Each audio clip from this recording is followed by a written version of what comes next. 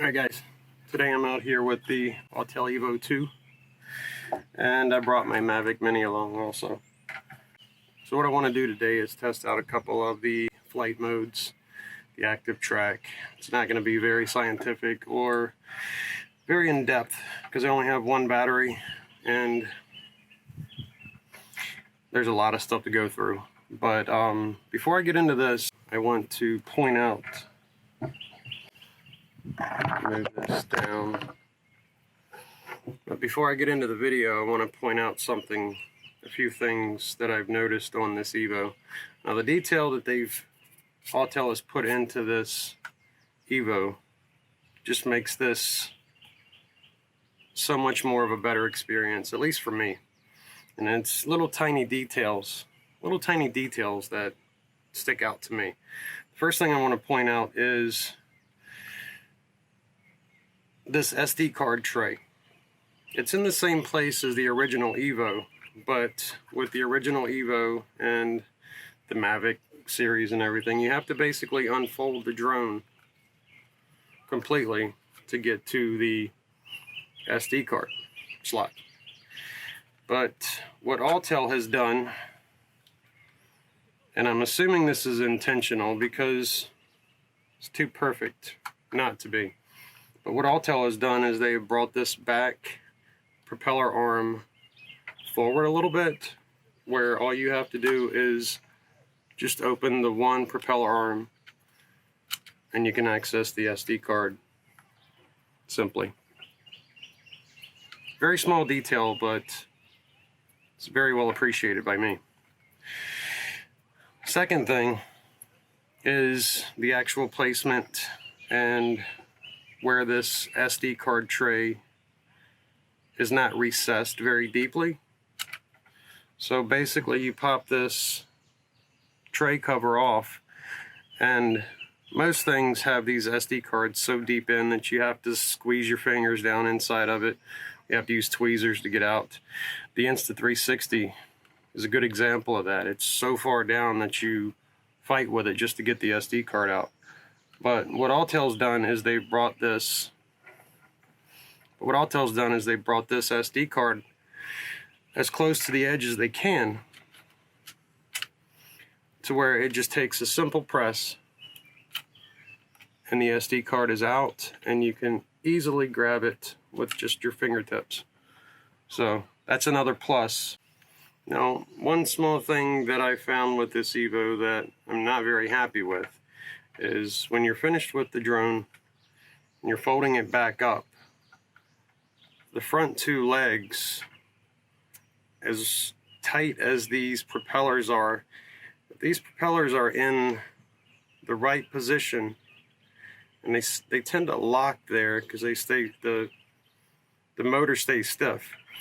But if you have it in just the right position and you swing this, and it actually feels like sometimes it'll lock into place right there. If you see it kind of falls back to that one spot. It just so happens that these propellers could actually hit this motion sensor.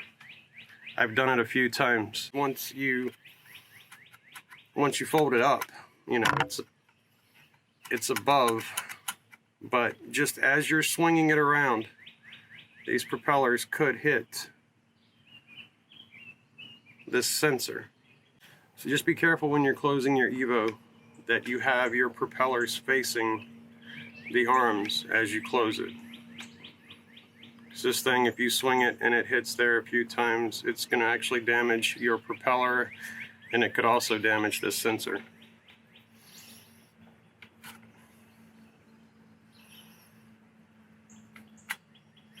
The one final thing I want to bring up is this gimbal guard. I like that the gimbal guard is very tight and does not allow the gimbal to move while it's on, but it is almost too tight. It's almost too snug, because I feel like when you take it off, it wants to pull the gimbal with it. And over time, I'm afraid that will cause damage. One thing I found to make it a little bit easier when you're taking this gimbal guard off is you will squeeze the sides of the gimbal guard to detach it from the Evo.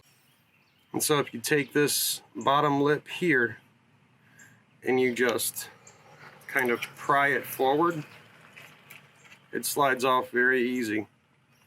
And it just takes off some of the pressure of pulling this gimbal guard off and it wanting to stretch this gimbal out too far. So just be careful when you're taking your gimbal guard off not to pull it, just kind of pry it and it will slide right off. That way you're not also putting pressure on the sides where it's actually holding it tighter. Putting it back on is kind of a different process. You really need two hands. But you just slide it in and then make sure that you put this lip on first. Just make sure you put this lip on first and then lock the gimbal guard in. Alright, so apparently over here where I was filming at is an entrance to a popular marsh walk out here, and a lot of people are showing up.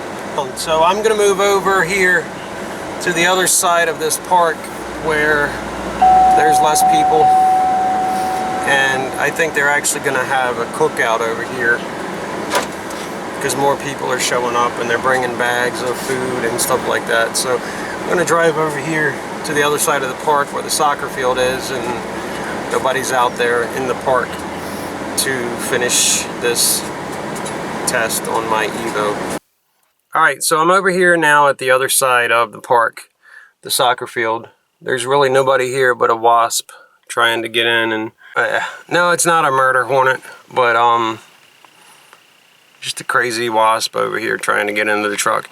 But anyways, what I wanted to say is, you know, it's a little strange for me still because I'm still new to making these videos, but there's a lot of people around, and you know, I'd rather make my video with nobody around. But that being said, it's really nice to see people out. It's really nice to see people getting out of their house. And I know we're still supposed to be social distancing and staying at home, but this is driving me crazy that this world is shut down and nobody gets out anymore. So it makes me feel good to see people out, even if they're just out walking around the park. You know, everyone's wearing a mask. Everyone, you know, is keeping their distance, but it's just good to see people out. The weather's starting to warm up, and it's just good to see people out doing something instead of staying at home and not doing anything at all. I'm so tired of this world just not doing anything, just shut down.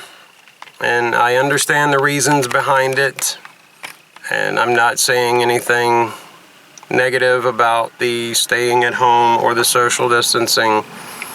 I'm just saying that I like the fact that people are actually starting to get out, and we are able to get out and enjoy the outdoors, enjoy outside, and not be stuck inside away from everything. This world is beautiful out here, and that's one of the reasons why I fly drones.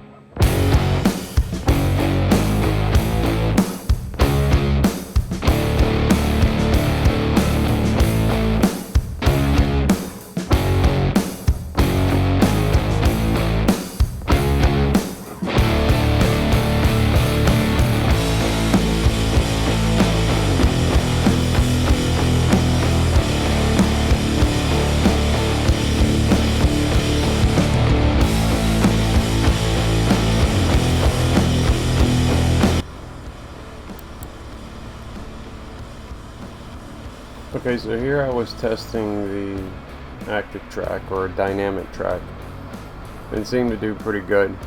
I didn't have any trouble with it at all. So this park was pretty much wide open. There wasn't any obstacles or anything to test out. So I would just try to run under it and have it lose me. But this orbit feature, this was kind of disappointing to me.